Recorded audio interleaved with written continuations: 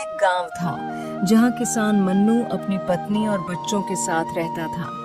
मन्नू बेहद मेहनती था, लेकिन इस बार सूखा पड़ गया था और फसल पूरी तरह से बर्बाद हो चुकी थी। बैल गुल्लू और मन्नू के पास जो थोड़ा बहुत अनाज बचा था, उसी से वे अपना गुजारा कर रहे थे। एक दिन मन्नू को खबर मिली कि जंगल के पार एक जादुई बाबा रहते हैं जो किसी की भी समस्या हल कर सकते हैं।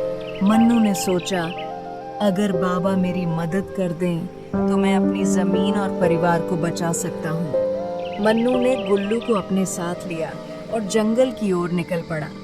रास्ता सुनसान और डरावना था, लेकिन मन्नू ने हिम्मत नहीं हारी। रास्ते में गुल्लू ने बार बार अजीब आवाजें सुनी और रुकने लगा। क्या हुआ गुल्लू? डरो मत, मैं हूं ना तुम्हारे साथ और हम बाबा से मदद मांगने जा रहे हैं। थोड़ी देर बाद मन्नू को एक झरने के पास एक बूढ़ा आदमी दिखाई दिया। उसकी लंबी सफेद दाढ़ी, चमकती आंखें थी। ये बाबा सुरेशानंद थे। मन्नू ने उस बाबा को देखते हुए कहा, शायद यही वो चमत्कारी बाबा है जिसके बारे में इतना चर्चा सुना है। अब यही बाबा हमारी मदद कर सकता है। यह कहकर वह बाबा के पास गया और बोला, महाराज मुझे अपनी शरण में ले लो। यह सुनकर बाबा बोले, बेटा तुम कौन हो और यहाँ क्यों आए हो? मन्नू ने अपनी परेशानी बताई। उसने बताया कि कैसे सूखे ने उसकी फसलें बर्बाद कर दी और कैसे वह अपने परिवार को बचाने के लिए संघर्ष कर रहा है। बाबा ने मुस्कुराते हुए कहा, मैं तुम्हारी मदद कर सकता हूँ, लेकिन इसके लिए तुम्हें अपनी ईमानदारी और मेहनत साबित करनी होगी। क्या तुम तैयार हो? मन्नू ने बिना सोचे समझे हामी भर दी। बाबा ने मन्नू को एक जादुई बीज दिया और कहा, इसे अपने खेत में बो दो। अगर तुम इसमें पूरा विश्वास रखोगे और इसे सही तरीके से सींचोगे तो तुम्हें इसका फल मिलेगा।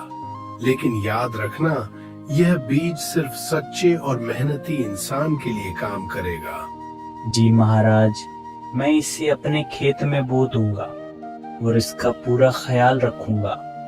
मुझे पूरा विश्वास है कि इसका फल मुझे अवश्य मिलेगा। यह कहकर मन्नू ने बीज लिया और अपने गांव लौट आया। उसने बीज को अपने सबसे अच्छे खेत में बो दिया और हर दिन उसे पानी देने लगा। वह रोज सुबह गुल्लू के साथ खेत में जाता और बीज की देखभाल करता। कुछ दिनों बाद बीज से एक नन्हा पौधा उगाया। यह पौधा बाकी पौधों से अलग था। यह चमक रहा था। एक रात जब मन्नू अपने खेत में सो रहा था, तो अचानक उसे अजीब सी आवाजें सुनाई दी। उसने देखा कि चमकता पौधा गायब हो रहा है। ये क्या हो रहा है? ये पौधा तो गायब हो रहा है।